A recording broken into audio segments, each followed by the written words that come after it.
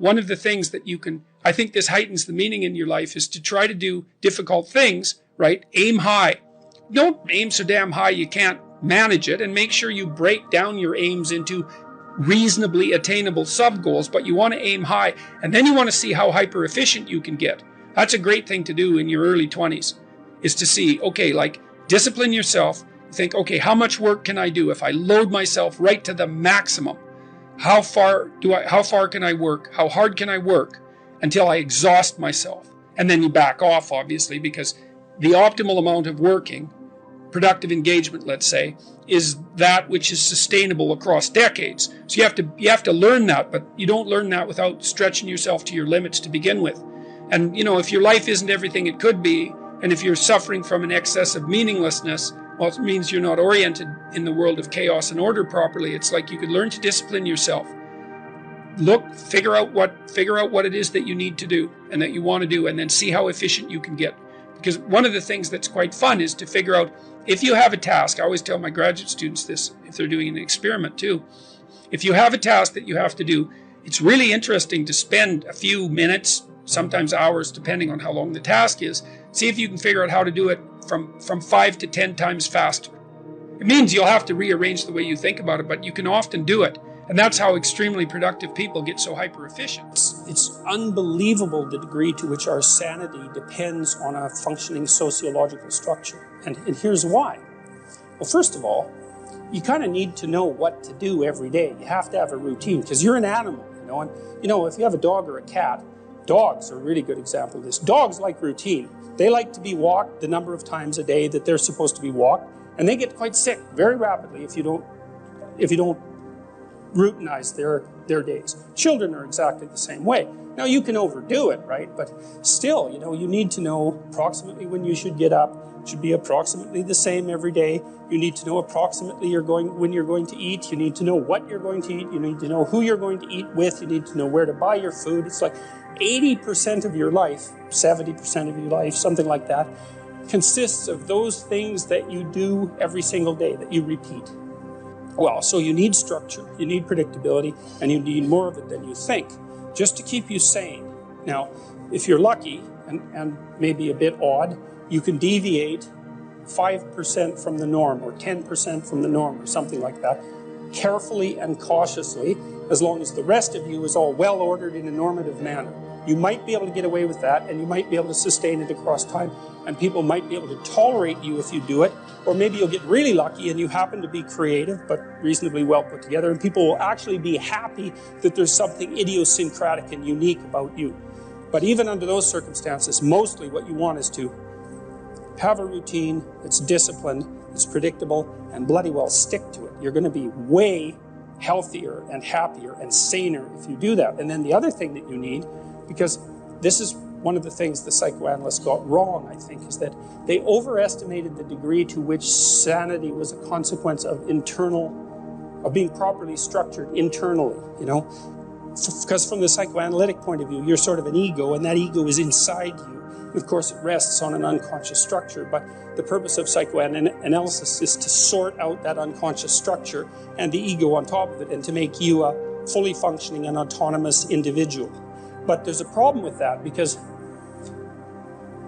the reason that you're sane as a fully functional and autonomous human being isn't because you've organized your psyche, even though that's important. The reason that you're sane if you have a well-organized unconscious and ego is because other people can tolerate having you around for reasonably extensive periods of time, and will cuff you across the back of the head every time you do something so stupid that people will dislike you permanently if you continue. And so what people are doing to each other all the time, just non-stop, is broadcasting sanity signals back and forth, right? It's like you smile at people if they're not only behaving properly, but behaving in a way that you would like to see them continue to behave. You frown at them if they're not, you ignore them if they're not, you shun them, you roll your eyes at them, you manifest a disgust face, you don't listen to them, you interrupt them, you won't cooperate with them, you won't compete with them. It's like you're blasting signals at other people about how to regulate their behavior so frequently, it just makes up all of your social interaction. That's why we face each other, and we have emotional displays on our face, and we're looking at each other's eyes, and we know as much as we can about what's going on with each other, given that we don't have immediate access to the contents of their consciousness. And so partly what you're doing with your routine is establishing yourself as a credible, reliable, trustworthy, potentially interesting human being who isn't going to do anything too erratic at any moment. And everyone else is around there tapping you into shape, making sure that that's exactly what you are. And that's how you stay sane. And so what happens to people too, if they don't have a routine and they get isolated, is they start to drift. And they drift badly because the world is too complicated for you to keep it organized all by yourself. You just cannot do it. So we outsource the problem of sanity. And it's very intelligent that we outsource the problem of sanity, because sanity is an impossibly complex problem. And so the way that we manage the incredibly complex problem is we have a very large number of brains working simultaneously on the problem all the time. You know, let's say I was dealing with a client, and maybe that was somebody who, say a man, 35 years old, he still lived at home. So he was too dependent. His room was a complete bloody catastrophe. And, you know, he's living like a bratty 13-year-old. And that gets pretty ugly by the time you're 35. You know, and he knew it, and I'm sure his mother knew it. Although, obviously, she put up with it, which was probably her mistake, at least in part. But maybe we decide, well, you know, let's start by cleaning your room. And so as a cognitive behavioral psychologist, you engage in a process called collaborative empiricism. And that's partly to solve the problem that you described as well. How do we know we set the right goal? Well, you say, well, go try it. Just watch yourself like you don't know who you are, and come back next week and we'll see how you did. And maybe, I remember this one client, he came back and he said, you know, I went and got the vacuum cleaner from the closet, which is something I really never done. And I put that vacuum cleaner in the doorway of my bedroom, crossways, so it blocked the doorway. And then I just walked over it for a whole week. And look, he was completely nonplussed at his own intransigence. And look what he did, eh? He was so resentful and so angry that he, instead of vacuuming his damn bedroom like he planned, he just stuck the vacuum in his own way and then martyred himself over it every day for a week. It's like, okay then, we're starting to get somewhere with the whole you living at home thing here. And so, well, that was too high a goal for him. And you say, well, how do you know that? It's like, well, he didn't do it, did he? So then what you do practically is you say, well, how about you bring that vacuum cleaner into your room this week, and that's your whole assignment. And just watch what happens when you bring it in. Watch the fantasies that flicker in the back of your mind as you live out your resentment at your therapist for daring to make you bring that vacuum across the threshold of your bedroom. And so if people catch those fantasies, whew, that's quite the bloody nightmare and quite the revelation to themselves, I can tell you, because you have to be one angry person to put a vacuum cleaner in your doorway and walk over it every day for a week. And so then we'd get somewhere. It's like, okay, now we're getting to the bottom of things, you know. But maybe the next week he'd come back, well, with the fantasies at hand and rather shocked as a consequence, but the vacuum cleaner was then in his room. And so he broke the threshold there, you know, and then maybe all he could do was sort out a drawer or half a drawer, something like that. So what you do is, you know, you pick a target that you think is probably reasonable, and you can negotiate that with yourself.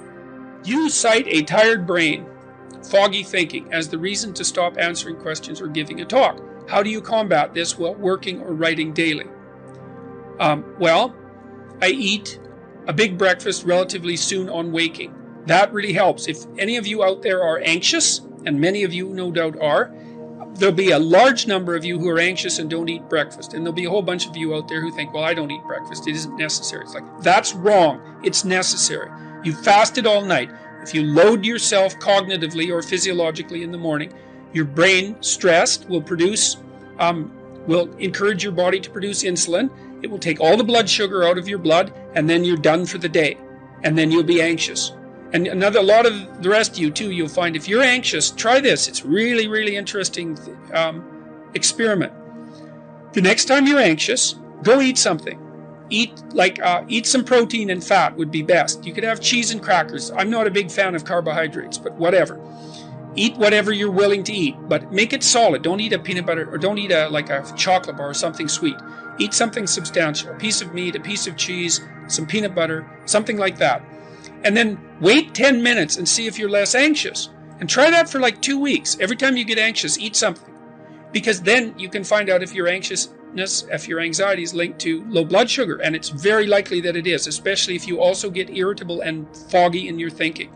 And the best way to treat that, as far as I've been able to tell, and there's a decent literature on this, is to make sure that you eat a big breakfast. And you might say, well, I'm not hungry in the morning. It's like, who the hell cares if you're hungry? I didn't say enjoy your breakfast. I said eat it. That's not the same thing. There's lots of things that you need to do that you don't enjoy to begin with. You'll get hungry in 6 months and then you'll start to enjoy it. So that's a massive difference. I take small naps quite frequently. If I'm wiped out, I'll go have a nap for 10 minutes or 15 minutes. And then that helps quite a lot. I try to wake up on a fairly regular schedule. That's another thing I would really recommend for people whose lives are in disarray and who are anxious. Try to fix your wake time. Going when you sleep, that's not so important. So you can still, stay up late and have fun and all that. But getting up in the morning is really helpful. So, and you also have to figure out how much you can work or write. I can't write for more than about my sustainable maximum for writing is 3 hours a day. And if I push it past that, then, especially if I'm editing, I make mistakes when I'm editing, so that's counterproductive, and I can't sustain it across time. And so I don't really think you can do more than about 3 hours of extremely intense intellectual work a day. Although if you have a nap, you can stretch that, but I think at least I end up paying for it across time. So nap, make sure you eat, and make sure that you get enough sleep. So that's how I combat it and try to make myself hyper efficient.